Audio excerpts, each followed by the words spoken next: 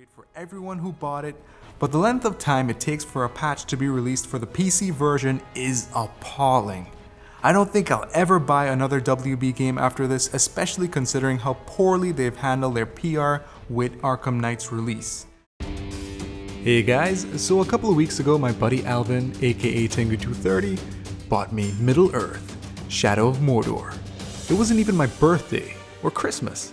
The game was on sale and he was like, "You have to play this.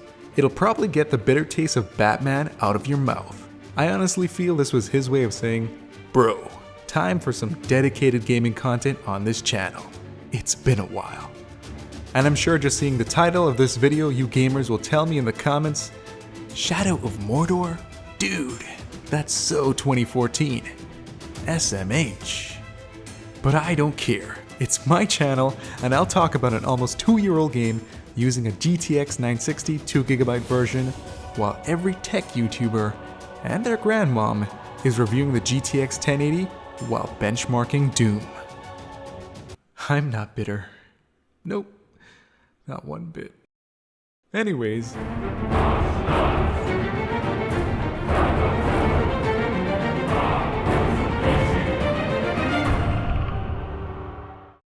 Running on mostly 4-year-old hardware, Shadow of Mordor at 1080p with maxed out settings with the HD content that specifies you need at least 6GB of VRAM on your graphics card to run properly, I got an average of 38.71 frames per second.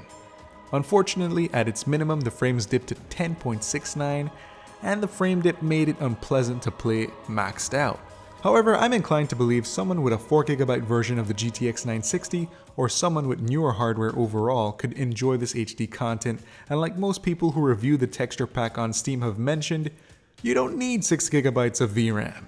Running on very high settings, I got about 64 frames, and on high settings, an average of 69 FPS. Mordor's HD texture pack reminds me of Crysis 2.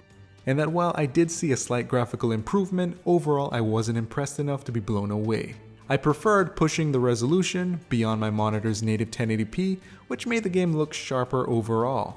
At 2880 by 1620 I was getting 38 FPS on high settings, and on very high settings I was getting 36 frames per second, using the built-in benchmark. Although playing at that resolution on very high settings, if it was raining, my frames would dip below 30 FPS. Ultimately, I prefer to play at 1080p resolution on very high settings to keep a mostly 60 FPS experience. This game is graphically well optimized, especially compared to the mess that is Batman Arkham Knight. But in all fairness, while Shadow of Mordor still looks decent for a 2014 game, its visuals aren't mind-blowing.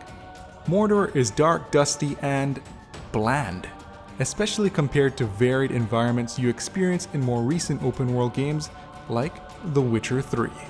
I'd say the most impressive graphical feature of Mordor is the character models of the Uruks you slay, although after a while I was wondering if I was experiencing deja vu. I mean, come on.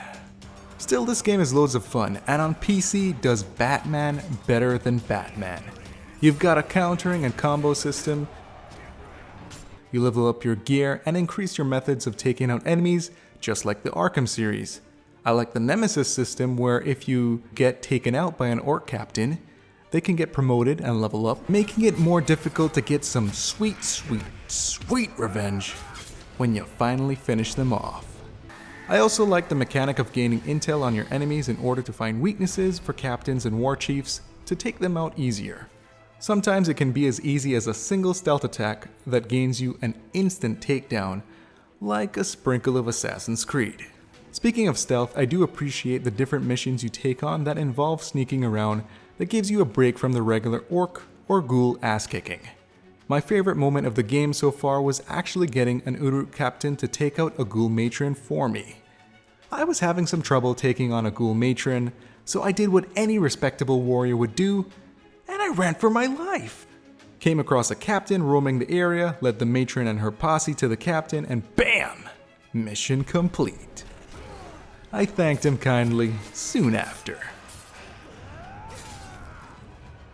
Now the story is serviceable to give you a reason to be killing off orcs, but I'm currently a little confused. For some reason early on in my orc killing crusade, some captains never seem to stay dead.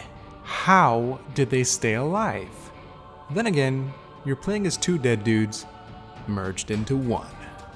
Anyways, if you're a Batman Arkham series fan like myself and never bothered to play Middle-earth Shadow of Mordor before, instead of waiting to return to Arkham in July, I'd suggest buying this game instead, or buy it when it's on sale, like my buddy Tengu230 did. That's it for now, guys. I'm out.